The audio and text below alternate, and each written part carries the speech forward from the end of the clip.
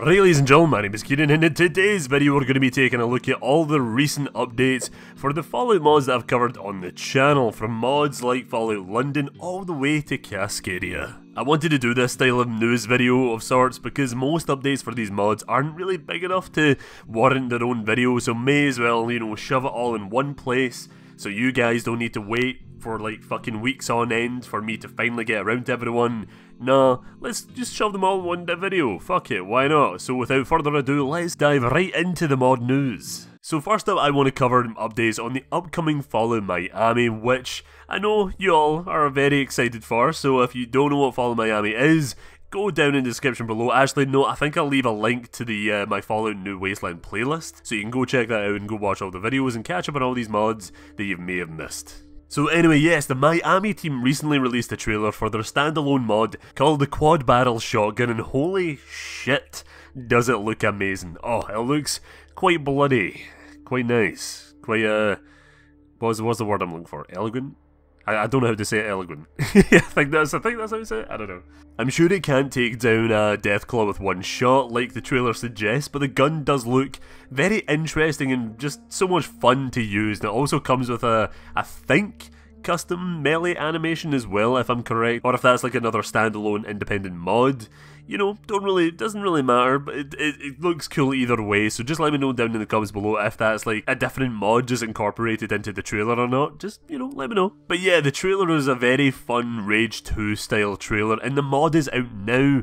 So yeah, if you're wanting that quad barrel shotgun, by the way, it just sounds so weird to say that, but yeah, if you do want the quad barrel shotgun, I'll leave a link down in the description below for those interested. This isn't the only thing to come from Miami, however, because we also get a brand new project update video, the ones where the commentator or the narrator, or however you want to call them, sit there and they're like, "Welcome to Fallout Miami. Pause. I'm glad you're back. Pause." By the way, I'm not trying to insult you, just it's a funny little joke just thrown in there. But yeah, these update videos are now seasonal instead of monthly, which is something I've kind of spotted among all the Fallout modding communities, that they all start to do monthly updates, and then when they realise, hey, there's some months where we don't actually have anything physical to show, they just kind of skip out in those months and then they don't really return after that. I've seen it with Fallout London, I've seen it with Cascadia. I think Cascadia did it, I'm not too sure on that one. But yeah, there's many Fallout mod teams do it, and I'm glad they're switching over to the whole seasonal thing. It just gives everyone time to, work on their stuff, so they don't need to rush on their work and then just to get something out on an update video, But yeah, in this seasonal update, it features quite cool stuff, I'm not gonna lie, I do like what I see here. They introduce some freaky wee masks that are worn by select members of the faction called the Dreamers. They continued with the faction talk by giving us a look at the concept art for the leader of the Nuclear Patriots, who looks very, very Negan-y, if you get what I mean. Negan from The Walking Dead, he looks very much like that. I can definitely see the inspiration with the leather jacket, just the way the guy's walking, just the way the guy looks. It's very much a Negan sort of person. They continue by going into some lore details of the mod, specifically for how the Enclave plays in Miami, but if you want to read up on that, because I can talk about that, but this video will be like 20-30 minutes long if I do that, so I'll leave it down in the description below if you want to read up more about that. A major announcement to come from the mod is that they will now be going with a silent protagonist. So yeah, for those who, are out of the loop, Fallout Miami was originally going to keep the voice protagonist from base Fallout 4, but remix all their lines to fit the mood, or to fit their lines and all that. This is so good to hear, by the way, because I remember making my video and then seeing that they were going with the voice protagonist, and I was like, really? Really? Really? Do you think that's a smart move there? Because, it does limit how much you can really do, That you can't really have, 5-6 sort of dialogue options, and especially, if you're not bringing back Brian, what was his name? Brian something? Brian and Courtney, anyway, I'll just call them both, because I know their first names. But yeah, if you're not bringing back Brian or Courtney to voice the lines again and just have remix lines, it will feel so out of place and just so weird, and so it's kind of unfair to the mod itself. If you're going to have this fantastic world, fantastic voice acting for all the rest of the NPCs, just the world in general, quests are amazing, but the only thing bringing it down is this weird remixed voiced Soul Survivor, But yeah, the character, the Soul Survivor, so the one you're playing as right now in Fallout 4, the base Fallout 4, you can continue that, but when you're going into Follow Miami, that character will be silent and it just won't be voiced. Which, you know, I'm perfectly fine with. You guys will probably be fine with that. There's a few people in the comments sometimes, they always say, hey, I do like the voice protagonist. And I'm like, do you know what, fair enough, that's cool, but I don't really like it that much. That's just my opinion. The rest of their seasonal update consists of showing off paint jobs for power armor, a new snazzy looking roulette table, which, you know, by the way guys, if you watched my earlier videos, I do like New Vegas, I do like a wee bit of gambling in my games. So if you're adding gambling, then you know that's an instant plus from me. But we also get a look at new designs for the Gator Claw, which also just look fucking amazing by the way. I'm gonna say that for everything that's shown in this video, but the Gator Claws honestly look fucking sick. And also more fantastic concept art. Like Fallout Miami, they do really good concept art, so definitely go check them out. They can be your desktop backgrounds, go fucking look at them, man, because they're just that fancy, just that nice little artistic touch to them. But yeah, if you're interested in Follow Miami, I do suggest going and checking out their YouTube channel, watching the rest of the updates, keeping up with the news, go over to the Discord. I'm going to say that for every single mod here, but yeah, just go support them because Follow Miami is one of the big ones, and they're just amazing, and it's cool. Moving on to another mod that I haven't talked about in a long ass fucking while, which is the Capital Wasteland. Yes, the Capital Wasteland, and if you didn't pick up in the name, is a full-on remake of Fallout 3 inside of Fallout 4. Again, go into the description, you'll find the link to the massive playlist of my Fallout mod videos, and it's in there. Go watch that video if you want more information. One major thing to come out recently from the mod is the remake of the iconic intro from Fallout 3, where we pan out from the bus to a shot of a ruined DC street, then eventually the reveal of the Brotherhood soldier who slowly turns his head and looks towards the camera. It still fucking gets me to this day. I love that intro. Like, that intro was so effective back in the day, and I'm really happy that they did release it on the day of Bethesda's E3 conference, by the way. That's a very smart move in their part. Great advertisement thing right there.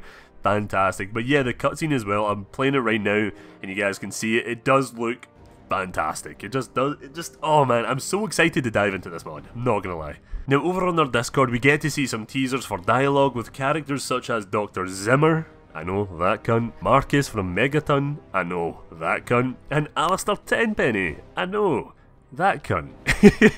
By the way, all looking great. It's so weird seeing these characters being remade like this, but it does look good. And I do like Fallout 4 cinematic camera, so it's pretty cool. I like seeing how the dialogue options are here. It does feel like a remake, you know? Like the Miami Quad Shotgun, the Capital Wasteland team have also released an independent standalone mod for the classic Fallout 3 metal armor, which is now available right now. I'll leave a link for those interested down in the description below. Go check it out. I wasn't really personally a fan of the metal armor, but I know there's some that are fans, of course. There's fans because there's a fucking mod of it. So go, if you're interested in that and you want to wear that in your Fallout 4 character, go down in the description below and check it out. Final thing for the Capital Wasteland is the teasers for the classic location inside the Museum of History, Underworld. The recreation in Fallout 4 looks nearly the exact same as it did in Fallout 3, but you know, with better lighting and such. But yeah, the screenshots do look nice. We see them on screen right now. They just look fancy. They look good. Before we move on, here's a look at some of the ghouls we'll be encountering in the mod as well, which do,